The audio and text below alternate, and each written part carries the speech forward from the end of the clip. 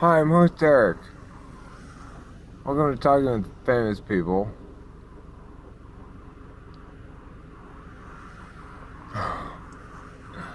Tonight it's a special episode. Now, we wouldn't do this for anyone who was a less heartfelt family member of the show, but we actually have a regular guest who made a request of host Eric and Talking with Famous People. Well, I, host Eric, honored the request. From our old friend International Delight. He wanted to come on and advocate a little bit about one of his important social causes. So I said, you know what? For you, anything, ID. Come on. What do you got for us? So here he is. He's going to tell us about an important social issue that we should all care about. His name is the International Delight. Welcome. Hi, Hosak. Yeah, I wish we could meet under better auspices.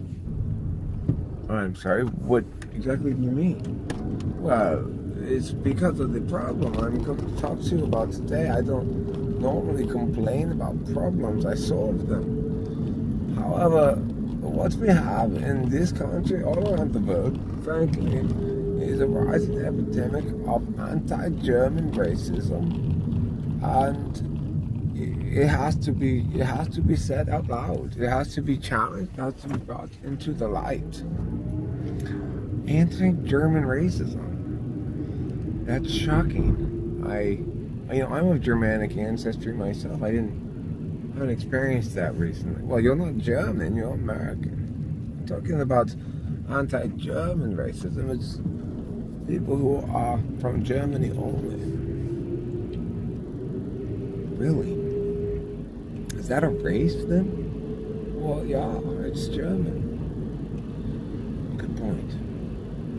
Well, okay, tell me, how have you experienced this? Like, what does it feel like to experience anti-German racism?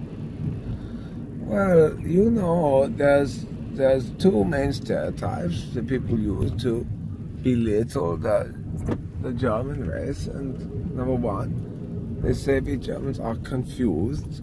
You've probably heard that. You've seen it in the movies. You've seen it. The confused German. Well, we're sick of it. We don't like it.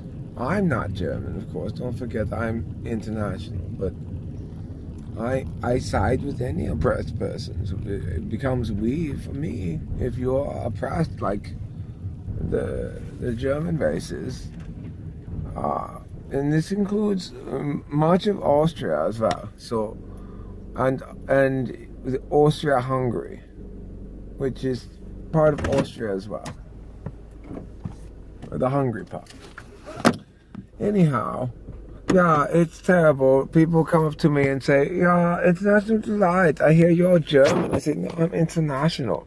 And they say, well, if you were German, then you wouldn't be able to tell the difference because you would be too confused. And I say, ha ha. That's so funny, I forgot to laugh.